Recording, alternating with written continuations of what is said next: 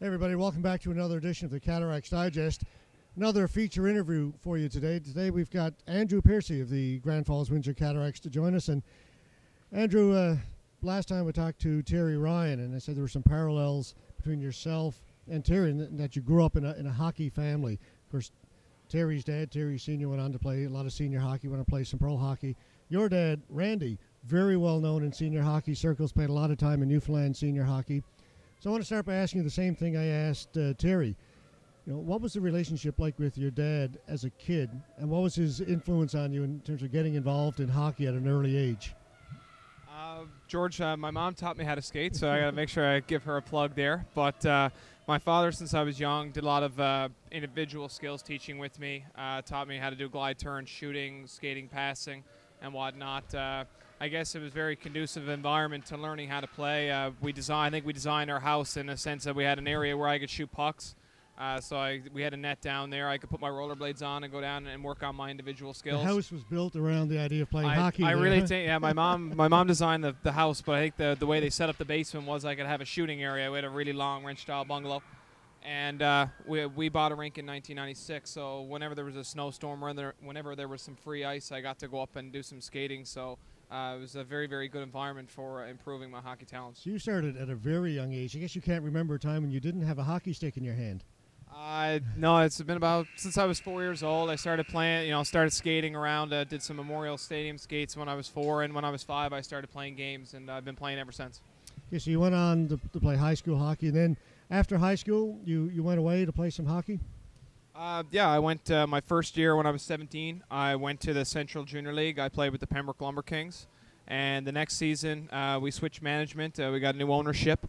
And I was unfortunately one of the guys that got traded. I got traded to the Maritime League, and I enjoyed 3 seasons there with Charlottetown and Amherst. And it was a lot of fun. I don't regret a minute of it. And really, I had a lot of fun playing junior. And I think as a player and as a person, I matured a lot. Yeah, those couple of years in Amherst, there were a lot of guys on that team you played on for those 2 years that are now playing the Newfoundland Senior Hockey League. I had a look at the roster. So Ryan DeRocher played there, Jeremy Kavanagh, Andrew Hill, Andrew Brennan was there for a few games. Some of those guys became teammates of yours later in Clarenville. Do you still keep in touch with some of those fellas? Ryan was my line mate in junior, actually. It made me look good on a lot of nights. He's a fantastic. That's a pretty good line. He's a fantastic player, for sure. Myself and Ryan keep in touch a little bit. Jeremy Kavanagh and Andrew Hill are good friends of mine, and we hang out in the off-season a lot. We do a lot of golf and playing poker and stuff like that.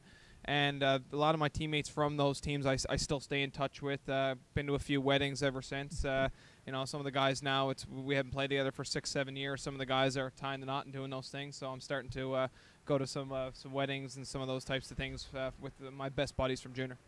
You had a couple of very good years in Amherst. Finished second or third in the team scoring over those 2 seasons. Did you get any offers to go anywhere else? But I know you came back to Newfoundland. You made the decision to come back home and not go on and pursue hockey as a career at that point.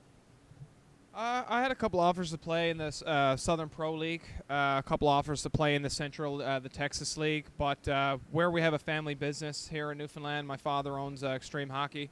I wanted to come home and get a little bit more acclimated with that, and obviously go to school and start my life as opposed to going down and playing pro.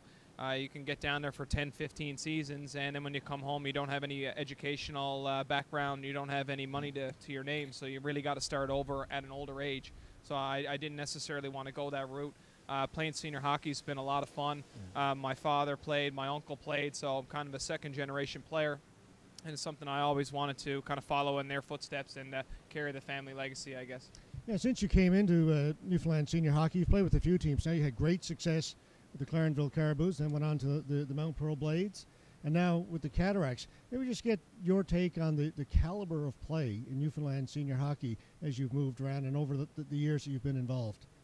I think the first couple of years that I played in the league, the depth of the teams wasn't the same as it is today. Your top 2 lines were extremely skilled, former pro players my first couple of seasons, but then the talent really dropped off. Your 3rd and 4th line, a lot of teams never even carried a 4th line. You just didn't have that depth. And nowadays, I mean, a lot of guys coming back from pro, coming back from playing high-level junior. Really, it's a lot of good players. The caliber, I think, is very comparable to a Southern Pro or a Central or a lower-level pro league. It's just you don't get the same amount of practice time. Where everybody is from all over the place, you're not living in the same place. You can't practice every day. The talent is definitely a pro hockey right now. It's just the structure sometimes isn't the same. I'm getting a phone call. Always happens. We're going to hang up on that. We'll continue on. We're going to keep going as if this is live. Yeah, yeah. With senior hockey in Newfoundland, it is a weekend warrior type of an event. You don't play during the weekdays. So what do you do when you're not playing hockey? What's the rest of Andrew Pearcey's life like? It's a lot of school. It's a lot of spending time with my dog, and it's a lot of working. Where we own a rink and we own a hockey program, we run a lot of programs in the evenings. I'm in school during the day. I work in the night times, and whenever there's a free time, I'm either doing my own skate, like I skate myself. I like to play a bit of rec hockey, and again, I like to spend a little bit of time with my dog Mia as well. Okay, one last question for you. I want to talk to you about what happened here at the Joe Byrne a few weeks ago. Had a overtime or a shootout game against the Clarenville Carboos. Went up against your old buddy Jason Churchill, and as I say, the infamous or famous move, depending on which side of the coin you're on, where you drop down to your knees to take the shootout. Been accused of being a hot dog for that. What's your take on what happened? What led up to that shot? Well, I was sitting next to Andrew Brennan and Chad Earl on the bench, and I told them I was going to do something a little bit, I guess, off the beaten path, so to speak, and I told them I was going to drop down on my knees and go high, and they said, "You're crazy." So when I got up to the puck, I just said I was going to do it, and I was going to go for it.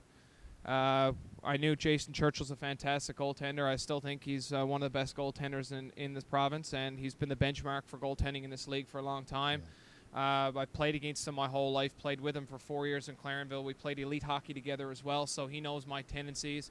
I wanted to throw something a little bit different at him, something he's never seen. A little bit different, yeah. Something a little bit different, and fortunately enough, when I dropped to my knees, he went down, and I got a chance to get the puck up over him, and people can accuse me of whatever they want to accuse me of. That's their own opinion, but really I was just trying to score a goal to win a hockey game. Yeah, Andrew, thanks very much. Do appreciate you taking the time to sit down and have a chat with us.